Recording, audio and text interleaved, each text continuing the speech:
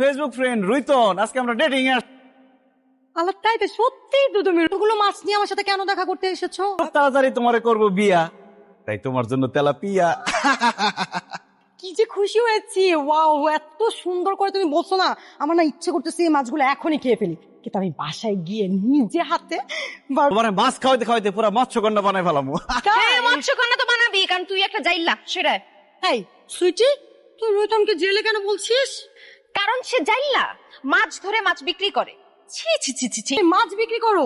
মিথ্যা কথা বলতেছে, আমি জেলে হইতে যাবো কোন দুঃখে? আমি তো স্বর্ণ ব্যবসায়ী, আমি আর আমার বাবা দুজনে স্বর্ণ ব্যবসা করি, দুবাই থেকে স্বর্ণ আনি।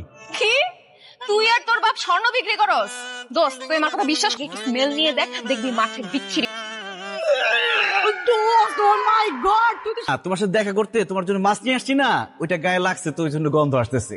এখন আমি যদি চলতো এই ডিস্টার্ব এখানে এই খবরদার, শোন। না, সে মিথ্যা কথা বলতেছে। এই, আমার বান্ধবী কেন তোমাকে নিয়ে মিথ্যা কথা বলবে?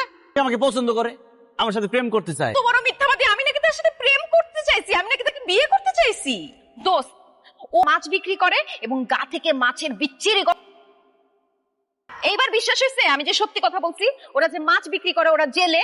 এটা জানোয়ার, বাট কি বলেন, কি শাস্তি দিব? কি শাস্তি দিই? ধরছি তো, আর খাও না, ধরছি আর